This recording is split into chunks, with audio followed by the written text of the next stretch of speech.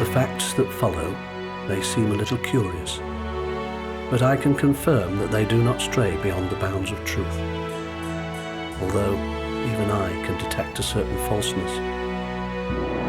I can only confess that the passage of time may have confused my memory.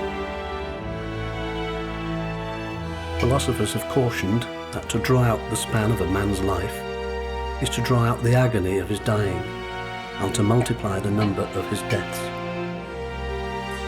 I am not certain that I ever believed the tale of the City of Immortals and the river that grants eternal life. I think the task of finding it was enough for me.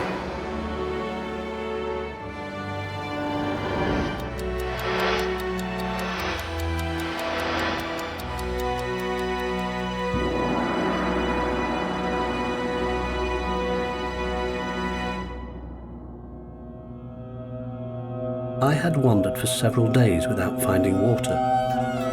Or was it one huge day multiplied by the sun, thirst, and fear of the thirst? I left my path to the will of tired feet.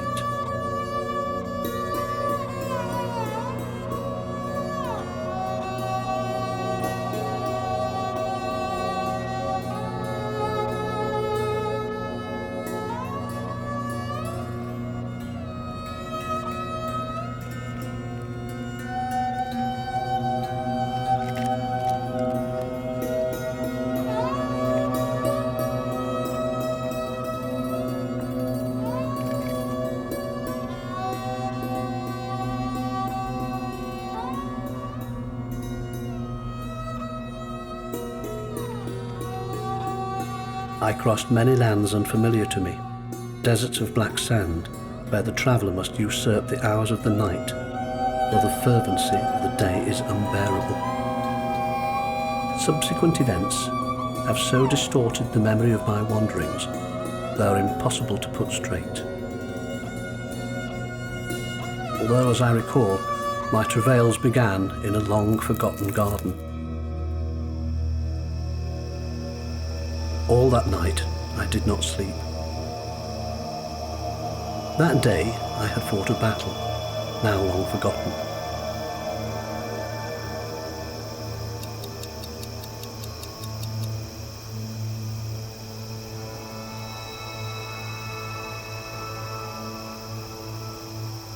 A bloody stranger approached from the east.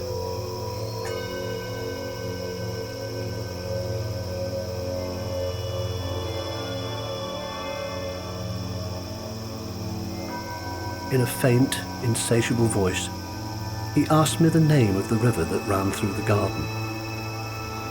The name that I gave him, now long forgotten, failed to improve his condition. "It is another river I seek," he replied morosely. "If one travelled westward to the end of the world, one would come to a river whose waters give immortality." He added that on the far banks of that river lay the endless City of Immortals, a city rich in bulwarks and amphitheatres and temples. The stranger died before dawn, but I resolved to go in quest of that city and its river.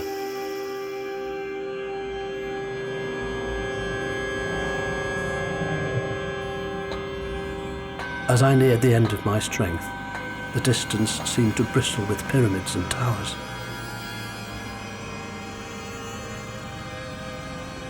Fearing delirium, I collapsed into a deep sleep.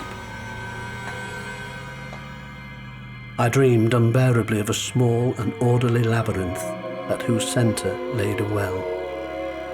My hands could almost touch it, my eyes see it, but so bewildering and entangled were the turns that I knew I would never reach it.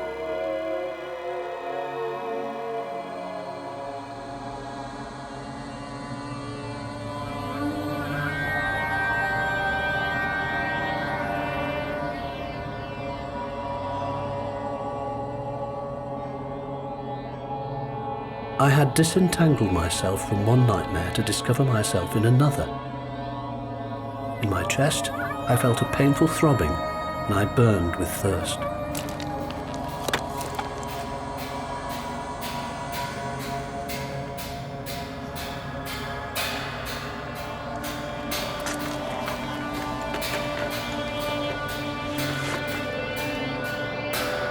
Down below, I spied water.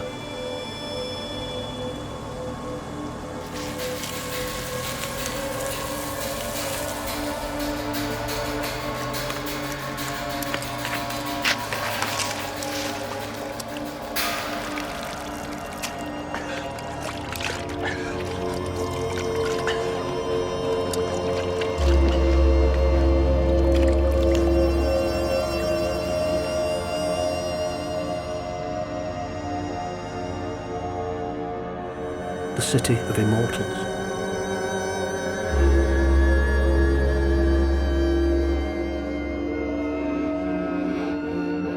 I lost myself once more to sleep and delirium. I cannot say how many days passed over me. I let the moon and sun cast lots for my fate.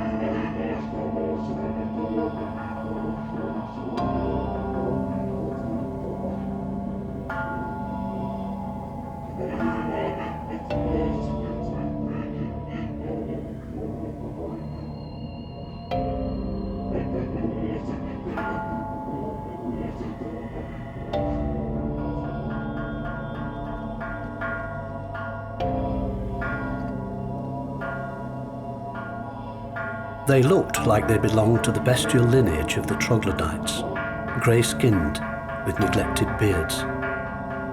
They neither spoke nor moved, and to my presence they seemed oblivious.